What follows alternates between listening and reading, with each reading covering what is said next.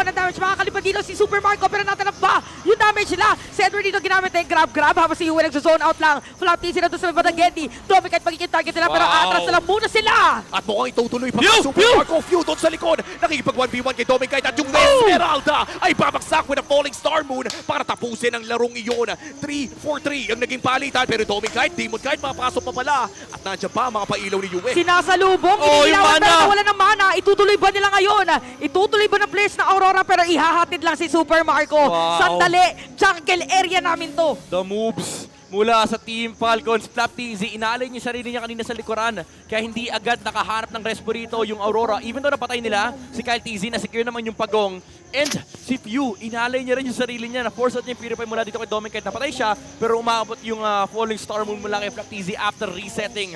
And nakakuha siya ng konting HP pabalik. And nabuhay pa sila doon for Team Falcons. Ibang klase din pala yung pagnakaw sa Glue Ultimate kapag Valentina ka. Sobrang nakakairita para sa tukupunan ng Aurora Gaming. At dahil doon, mananatili namang nasa 2K ang gold lead ng Aurora. Lamang pa rin sila sa susunod na team fight. Pero kailangan na atang mag-ingat sa mga dive na pwedeng gawin ni Few. Ano dito, solid kasi nga nagiging defense. Nakarinig tayo ng Godzilla sa may bottom lane. So ito yung sinasabi natin ng controlled aggression para sa mga teams. Gagawa sana na setup play si Ogwen. Pero hindi na lang muna. Grabe yung depensa sa mga sa mga tore. Oo, tsaka na napakonsil din si Renegade kasi nag-tidal strike. Si Ogwen doon sa gilid ng bato ay nakaya na sumabay ni Flap TZ, nakabawi na sila. Kinakaya na nila dito or kinakaya niya nang i-sustain yung mga damage. So ibang movement muna ngayon para sa Aurora. Ay, pinagpaplanuhan si Flap, pinagpaplanuhan siya. Si Renegade nakatago lang pero iba din yung pwesto ng mga players ng Team Falcons. Grabe, kanya-kanyang plano sila. Parang nagkakabulungan nga. Unang magkamali Ayun siguro na. sagot doon. Pero Ogwen, kita nila, Ogwen. rinig nila si Ogwen na ilawan na rin. Nakita na dito kung nasa ng mga players. Bigla na kalahati buhay dito ni Kadisit. Nabit-bit pa nga. Ogwen dito na makakaset up ng play. Tapos si Renegade ginamit dito yung kaya Unstoppable Force.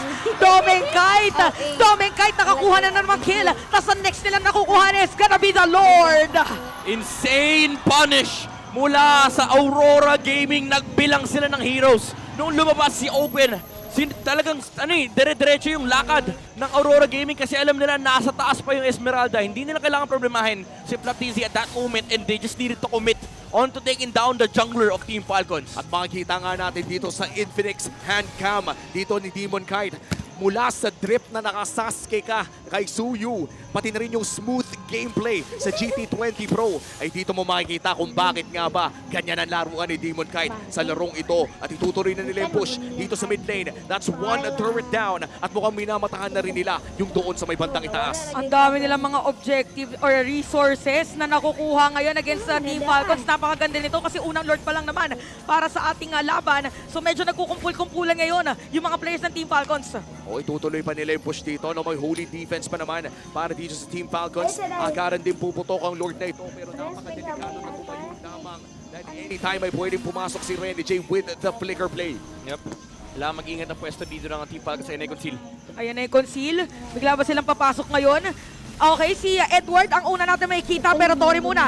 Ang kukuhanin dito ng Aurora. Si Vlad Oy, si gusto Ogwen! pumasok. Ayan na meron bit-bet pero makakatakas pa nga si Yue Purify sa may Crimson Beacon. Renegade makakapag-flicker up din. Nagamit na pa sa Renegade dito merong immortality. Edward makukuha si Vlad Aray ko po! at biglang tatalon na nga. Oh my Dalawa goodness. nakakuha double kill para sa Hyper mga kids. 2 for 1 na naging trade pero naka-inhib naman ang Aurora Gaming. Yeah, it could have been worse for Aurora kasi ang bala katatalunan ni Ogwen kanina was Renegade. Pero dumikit si Yue. Tinabihan niya yung Joet, pinurify niya yung Tsunami Slam. Pero still, Flap TZ with a zone on the front line. Makikita natin dito sa instant replay.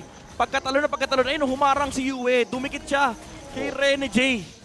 And, Pero ano pa rin abot pa rin kasi abot kamay ng Team Falcons dito, yung Aurora Gaming and yung damage ng 1-1 at pati na rin nung Lucas naramdaman ng Aurora. At sakto din yung flicker ni Renegade pala yun. Kung sakaling wala siyang flicker during that time, baka sakaling nadali siya doon. Pero dahil nga meron siyang flicker, safe muna for Aurora Gaming. 6K gold lead, lumobo ito matapos ng kanilang pag-push sa top lane. At nararamdaman na talaga yung kalamangan na meron sila. Look at the gold gap between Lucas and Suyu.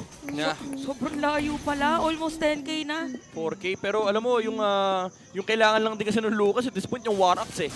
Yung mga susunod yan, defensive items na. So kahit pa paano mahapdi pa rin naman Skull TZ, basta may labas na yung flash combo. Pero ang kailangan isipin dito ng Falcons, yung farm ng Suyu, importante yan kasi humahapdi yung Soul Server ni Demon Kite, but also the farm of Tomeng Kite, yung kalahati ng Kite Brothers. Lalo kapag lumabas na yung Wind of Nature, medyo untouchable yung carry.